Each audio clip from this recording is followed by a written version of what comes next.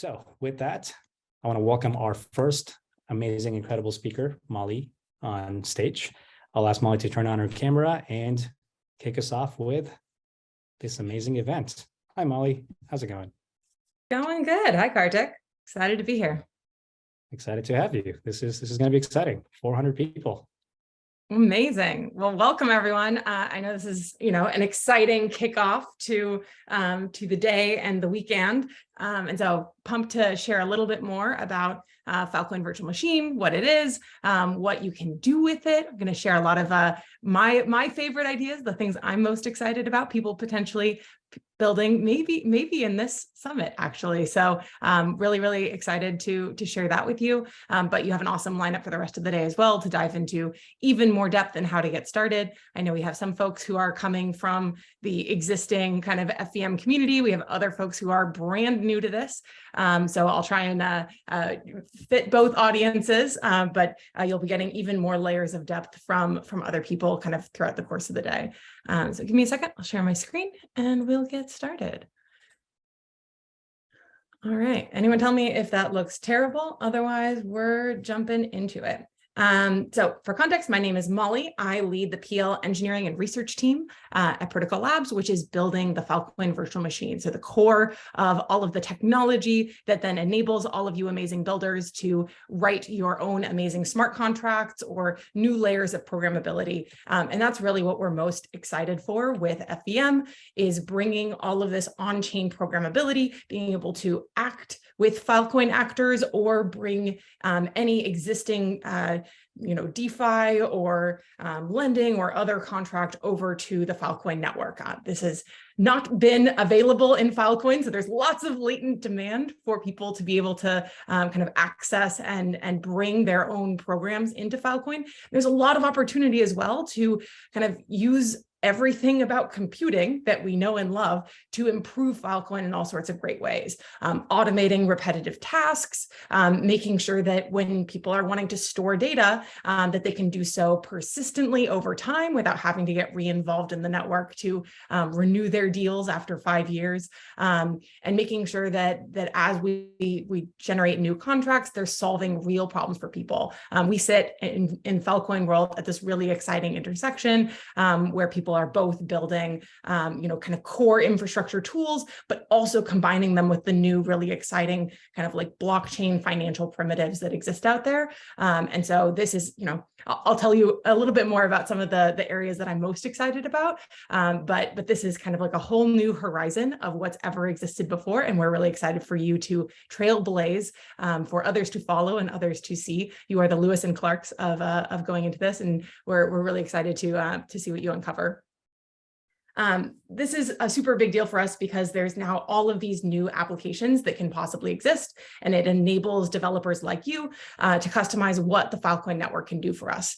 But besides storage and retrieval, there's all sorts of exciting things like data DAOs, liquid staking, lending, decentralized compute, and a lot of other ones, being able to like replicate and repair deals over time, NFTs with built-in long-term persistent and verifiable storage, just all sorts of exciting things become possible. And this is, you are becoming the builders of all of what Filecoin can do for the world. And we're really excited to have you. And I want to dive into a couple of these in more detail because some people are probably thinking like data DAOs. What's that? What does that mean? So maybe to explain a couple of the potential things that become possible here. First, and most obviously, is staking and loans. This is a super huge opportunity. We have not had a set of available VM primitives that allow people to build contracts like connecting our Filecoin token holders with storage providers who are offering core services into the Filecoin network. And so this can kind of bridge that gap, help token holders put their resources to work within the Filecoin economy, and similarly help those storage providers get access to Filecoin liquidity so that they can make more and more storage deals to store useful data. Because in the Filecoin network, that requires them to put up collateral so that the network can ensure that they're offering those services really effectively. And this is a really exciting option as well, because those are investing their resources in a useful network an opportunity for share in there, yield coming from that allocation. And so that's super, super exciting. Another really exciting thing that becomes possible with FVM is all of that information on how a storage provider has been behaving in the network in Filecoin over time, what has been their success rate in deals, how much data have they stored, how reliable are they as a participant in this network. All of that information is available on chain. And so you can actually generate reputation scores for these storage providers and use that on-chain data to power smart contracts that are making much smarter allocation decisions for how a loan should, what interest rate should be required, what sort of collateral should be required from storage providers. All of those things, you're informed with all of this rich on-chain data to make really, good decisions about how to allocate those resources. And you can even do these, of course, as like, collectives and DAOs and mining pools and all sorts of really exciting things. And so we're super excited about people who are, building in this space and also building primitives that others can build upon. As Kartik mentioned, there's lots of bounties specifically for people who dive into this area. Actually, one other thing to mention here that's a useful primitive to hold on to. There's a way for storage providers to set the multi-sig of their kind of like the wallet that we call it an owner address, but it's the wallet in which they get block rewards from the network, which is separate from some of the other wallets they have for their workers who are doing work within the network. And so that owner address can be a multi-sig, which can then be shared between multiple different parties, and that can, increasingly secure, lender assets with other third parties to make sure that, the storage provider is kind of guaranteed to behave correctly within that system. Another area that's super exciting, there's already a couple of groups that have started building in this space, but still a lot more opportunity to push forward, is around perpetual storage deals.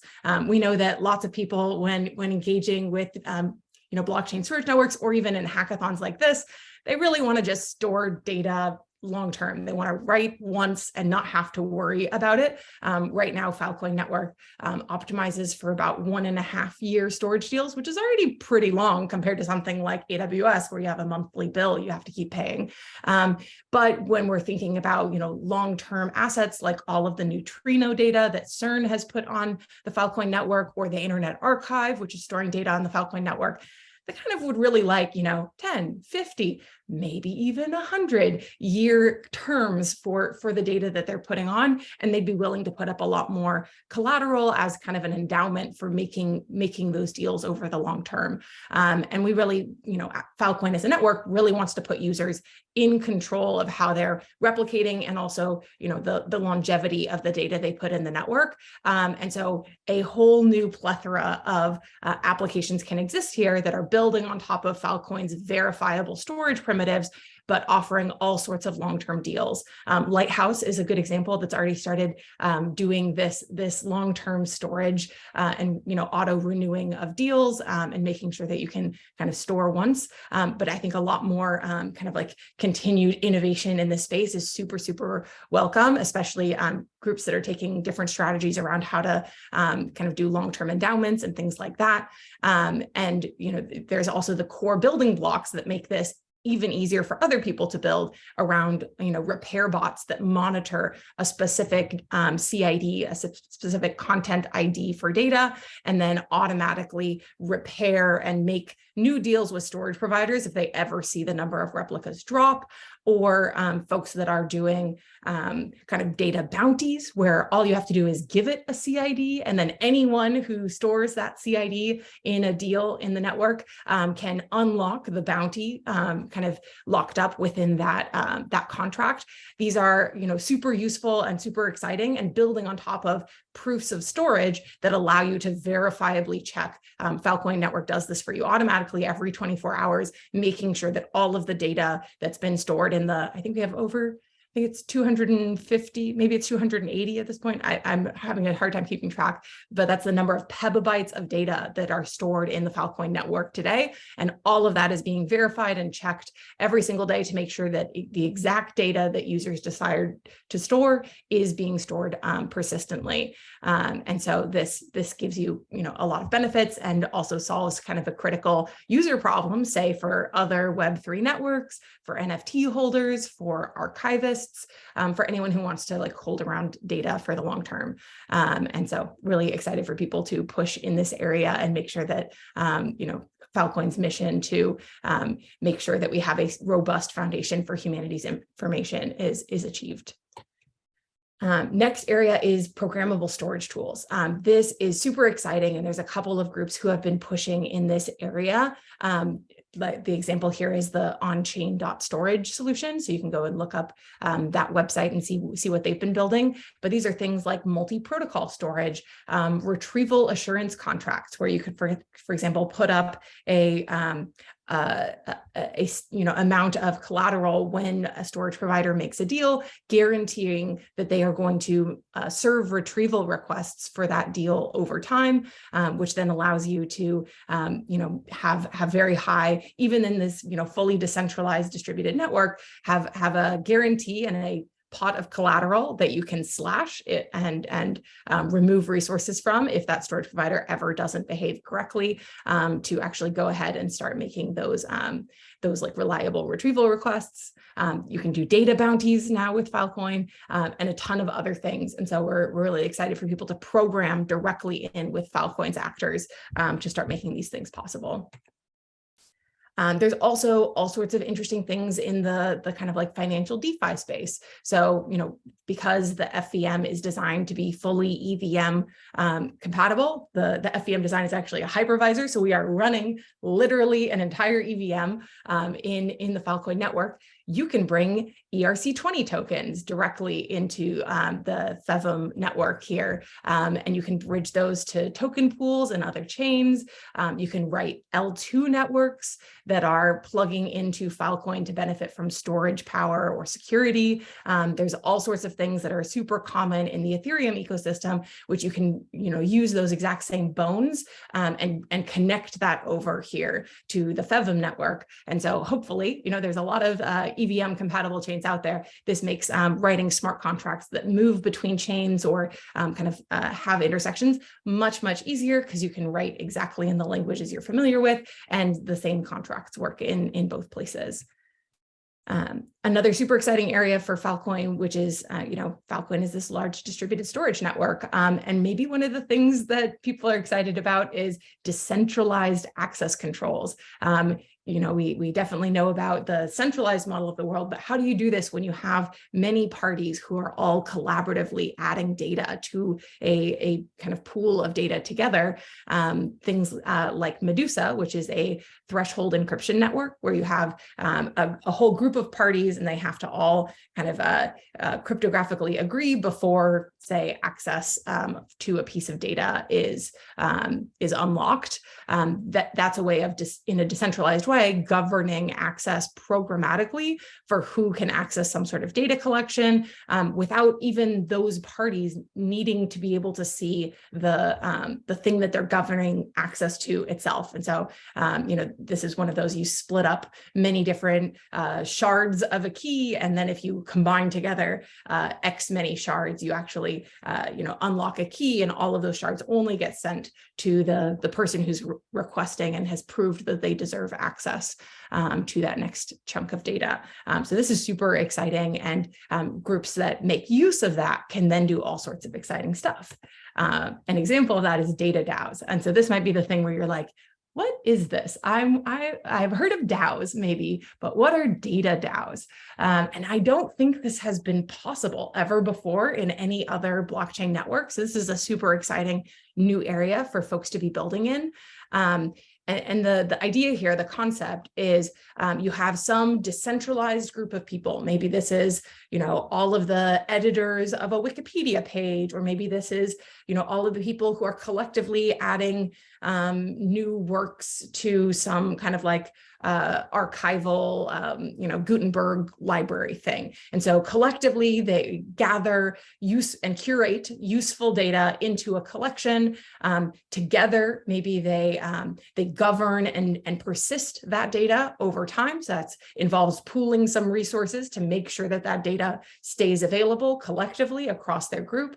But then they can also do really interesting things where they have kind of this collective DAO structure where they can govern that data set, govern what data gets added, govern its long-term persistence, but also govern its access controls, where you can potentially pay into that multi-sig in order to then get access to kind of the next chunk of data. So that's super, super exciting. And then, great, you have that shared treasury of all of the data that you're earning, and you get to like hop into, using that for the long-term preservation and growth, or for incentivizing, even better data to be added to the system. So we're super excited about that. This whole cycle can very much be automated by smart contracts to actually kind of like hone the growth and monetization of data collections as well. And maybe last but not least, one of the really, really exciting things is actually being able to do compute over this Filecoin data. That's step 3 of our Filecoin master plan, which starts by building the world's largest storage network, which we have already, achieved, by far the largest decentralized storage network. Onboarding and safeguarding humanity's data, which is work in progress, as we mentioned, something like 280 plus petabytes of useful data, and then bringing compute to that data and enabling all sorts of exciting applications. And this is a super exciting area to unlock. Now this is one of the most valuable collections of open source data. We have kind of like an amazing set of data sets already stored on Filecoin that are already available and accessible here. There's Landsat, there's all, I don't even know, 100 million NFTs, the Million Song data set, Flickr Commons, Internet Archive. So there's a lot of useful data sets that are already stored on Filecoin, and many more that are coming. And so this is a really awesome opportunity for compute networks that want to kind of like interact or compute over these large scale pieces of data, and where you want to send the compute to the data itself instead of having the kind of like retrieval and bandwidth requirements of fetching all that data and centralizing it.